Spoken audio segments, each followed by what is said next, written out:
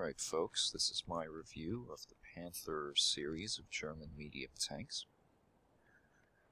Panther is one of the all-time great tank designs in my opinion. It is also aesthetically one of the most beautiful designs of tank that I have ever seen from any era.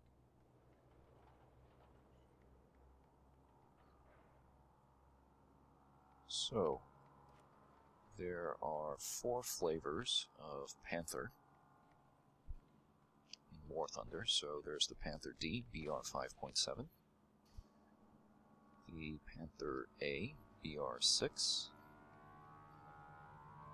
Panther G, BR 6, and the Panther F, BR 6.3. Now, each mark of Panther is armed with a 75mm main gun, 70 calibers long. Okay, and so at BR 5.7 it's very good, but as you get into the higher battle ratings and you encounter tougher opponents, the 75mm definitely shows its age. Now, for the Panther D, the key thing to remember is that the turret traverse is crap. So don't ever get into a knife fight, because chances are you're not going to be able to win a knife fight because of the terrible turret traverse. Okay. So let's look at this armor profile. The upper glacis is 80mm thick, sloped back at 55 degrees to give a maximal effective thickness of 135mm, tapering down to 118 near the joint between the upper and lower glacis plates.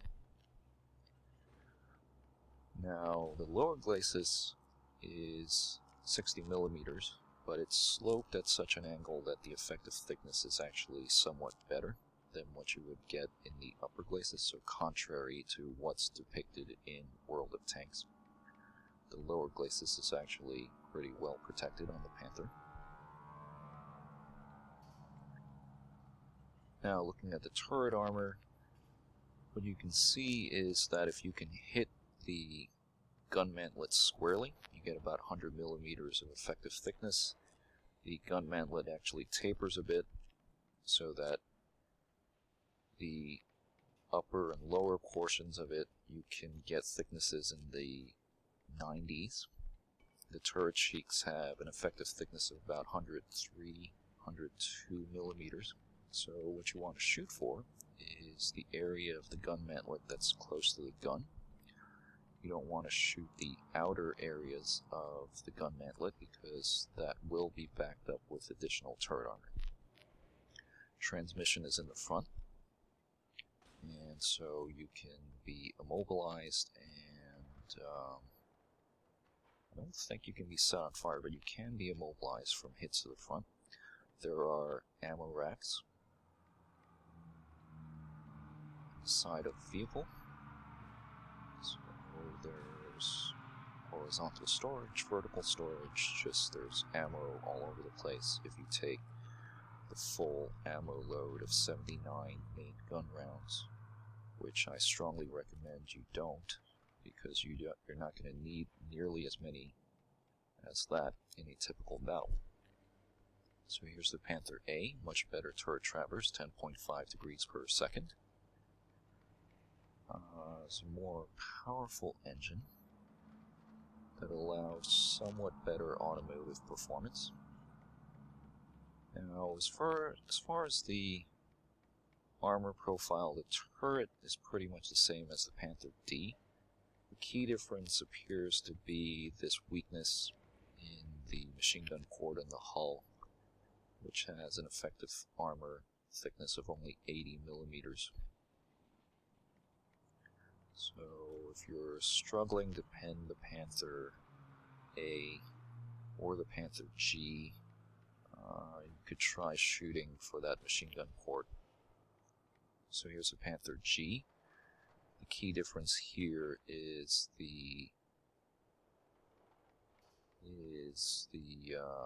actually the turret armor, I think, is the key difference.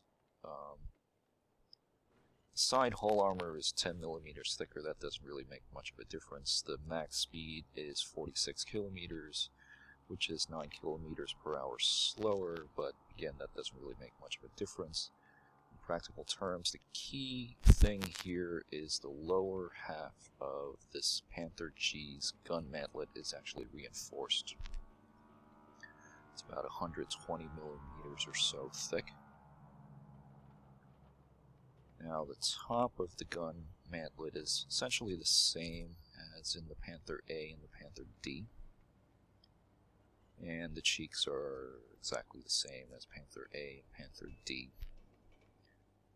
So when you're shooting a Panther G, just avoid the lower half of the gun mantlet. And finally, here's Panther F, BR 6.3. The key difference with Panther F is that there is now a small term, a narrow turret that has a large flat face that is at 120 millimeters thickness, sloped at 21 degrees. So you get effective armor values in the 120s. Okay, so there's all this flat area that you can shoot. And the hull armor is pretty much the same as in the Panther G and Panther A. As far as what you definitely don't want to shoot, it's the gun mantlet, which is this Salkoff design for pig's head, as far as I understand it. So you clearly don't want to be shooting that gun mantlet because it's very thick and it's very well sloped and shaped, and you're guaranteed not to penetrate it.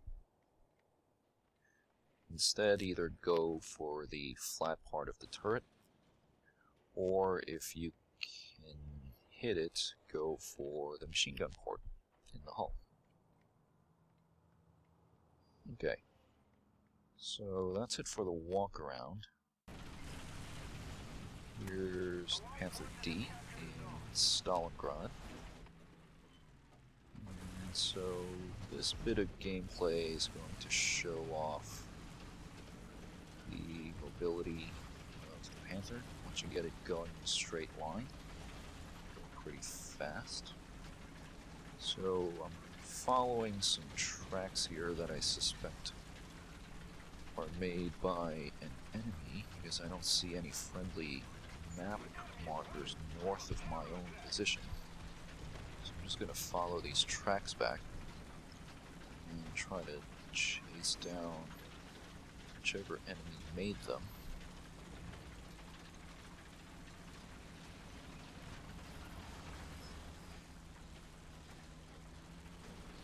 Now, the Panther is a pretty big vehicle, 45 tons, but got a pretty strong engine. So, chase down my quarry here at KV2. So, put one shot into him. He doesn't die though because he's not carrying a full load of ammo, but it's no problem to chase down a KV2 and a Panther. And so, did KV2, but he has an ally nearby, a Hellcat, and that was a demonstration of how stable a gun platform the Panther is. The suspension was really advanced for its time, and it's possible to get reasonably well-aimed shots without coming to a full stop.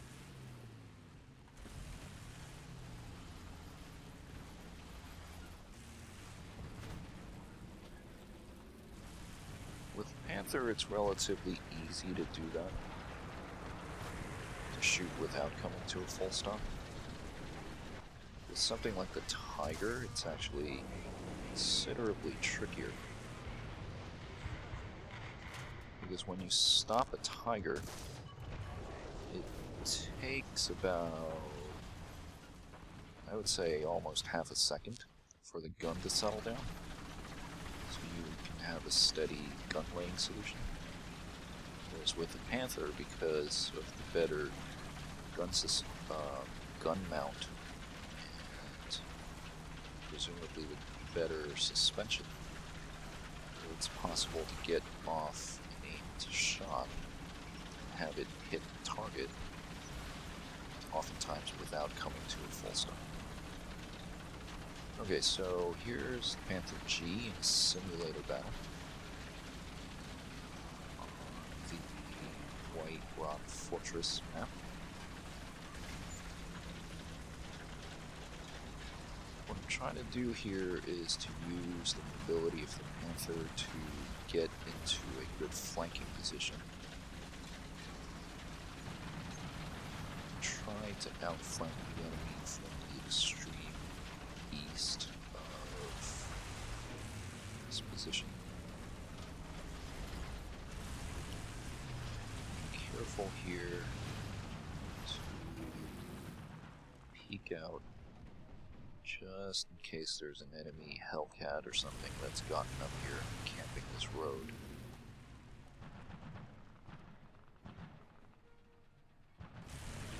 All clear.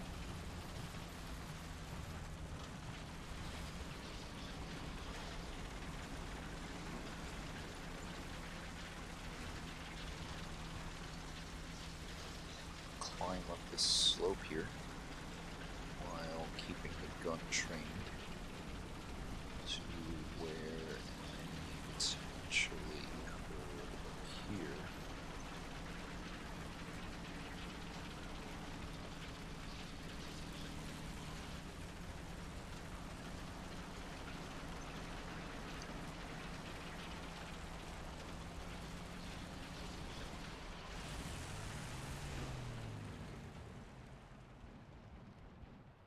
Getting near the crest of this embankment area, it's good to peek around with the binoculars before driving the tank up and exposing the vehicle.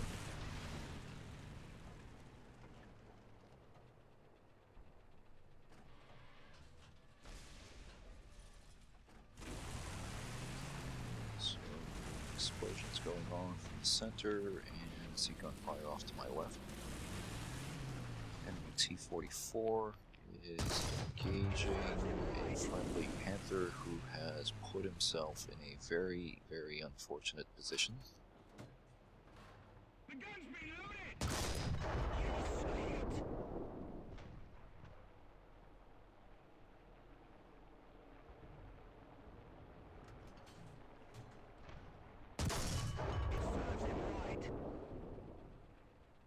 Now, this is one of the downsides with the 75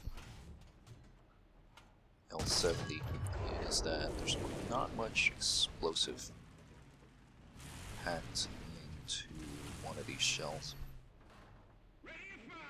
So you really need to hit them where it hurts to get one-shot kills. I think, for example, the Soviet 85mm is much more forgiving in that regard because it's got a bigger explosive charge. Now, I took out an Su-85M right there, engaging this Sherman. This was actually a mistake on my part. Instead of engaging the Sherman, which was out front, I should have engaged the Pershing, which was sitting in the back. Instead, the Pershing saw me shooting the Sherman. Pershing was pointing its 90mm right at me, so decided to back off there. Okay, finally, last little bit of gameplay shows some of the struggle of 75mm in higher tier engagements. I'm shooting a T-32 American heavy tank here, which is pretty well armored. And I know basically the only place I can penetrate the armor is in the machine gun port, so I tried to shoot that. Instead I hit the track. And so again I bounce off the upper glacis. And that's the problem with the 75mm, is that if you go up against something like a hull-down T-32, or if you go up against an IS-3 head-on, you are really going to struggle. You can try shooting APCR at them, but of course the problem with APCR is that even if you do penetrate, unless you hit something like a crewman or a particular mechanical component dead on, you're not really going to do much damage to the enemy.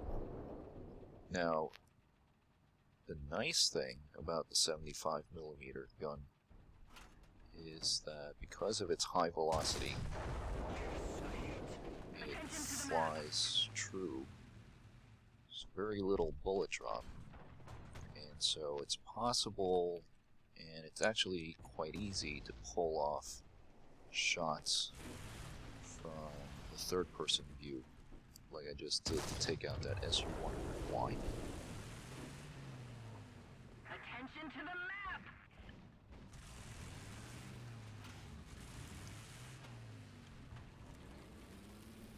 So with this 75mm L70, you pretty much just point the gun where you want it to shoot in third-person mode in these short distances, and it'll hit the target. Okay, so second enemy here, a Hellcat that for whatever reason decided to put on the lime green NVIDIA insignia, just to make sure that everyone will see him and shoot him, I guess. Anyway, yeah, so that's it for this tank review. The Panther starts out good at BR 5.7, but it gets a bit long in the tooth once you get up to 6.0, and especially 6.3 with the Panther F.